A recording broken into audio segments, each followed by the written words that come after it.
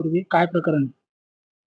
साहेब, प्रकरण असं आहे की जालना जिल्ह्याभरात होत असलेली वृक्षतोड थांबवण्यात यावी याबाबत मातंग मुक्ती सेनेच्या वतीने आम्ही वन परिक्षेत्र अधिकारी जालना व माननीय जिल्हाधिकारी कार्यालय जालना यांच्या कार्यालयात निवेदन देऊन हे कळविलं आहे.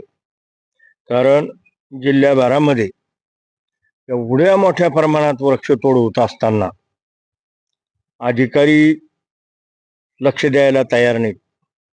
ज्या अधिकाऱ्याची ज्या विभागामध्ये ज्या तालुक्यात नेमणूक आहे, योगेश डोंबळे सारखे माणसं, भोकरदनचे मुंडे, पवार या माणसांचे वृक्षतोड करणाऱ्या लोकांच्या सोबत लागेबांधे आहे. त्यांचे सतत फोनवर त्यांचा संपर्क असतो. आमचं म्हणणं असं आहे की जे वन खात्यातले जे कर्मचारी अधिकारी आहेत यांचे फोनचे CDR काढा, CDR तपासा, यांचे लाकूड तोड माफियांशी संबंध आहेत की नाही ते CDR वरून कळतील.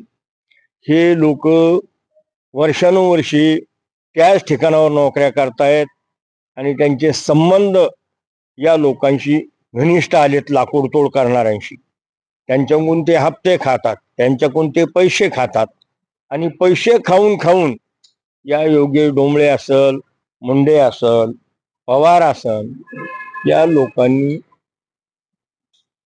लाखो रुपयाची माया जमा केली.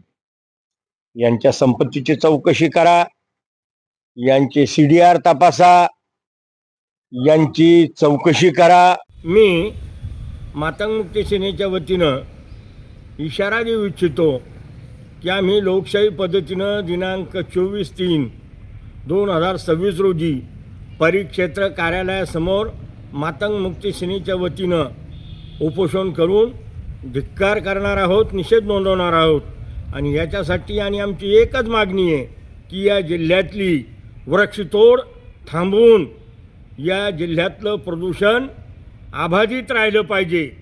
म्हणून मी एवढीच अपेक्षा करतो माध्यमाच्या वतीनं की आपण आमचं म्हणणं हे समाजापर्यंत, प्रशासनापर्यंत आणि या सरकारपर्यंत पोहोचावं ही अपेक्षा करतो. काय नाव आहे? अशोक साबळे, अध्यक्ष मातंग मुक्ती सेना.